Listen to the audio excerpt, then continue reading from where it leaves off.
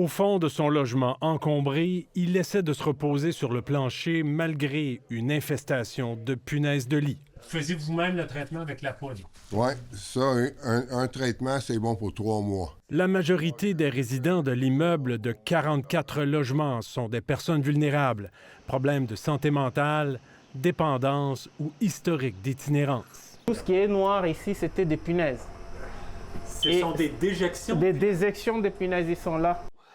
Ils vivent ici au cœur d'une infestation majeure. Je fais des cas comme ça 1 fois par année, 2 fois, max. Et donc, c'est rare? C'est rare.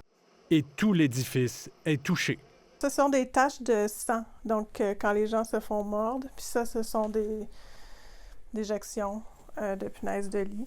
Le propriétaire n'est pourtant pas un entrepreneur négligent, avide de profit, mais un organisme sans but lucratif qui a clairement perdu le contrôle du bâtiment. En ce moment, on a besoin d'aide. On a besoin d'aide financière.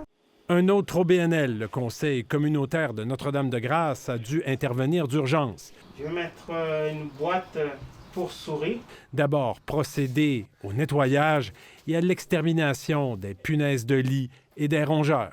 On a aussi besoin d'aide du système public, du système de santé, parce que ce sont des résidents qui ont plusieurs défis.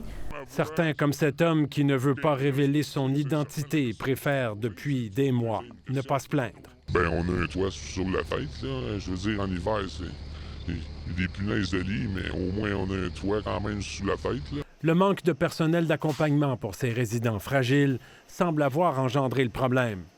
Pas d'intervenants, bien, c'est sûr que ces gens-là, ils vont se dégrader, puis que la situation de l'immeuble au complet va devenir problématique.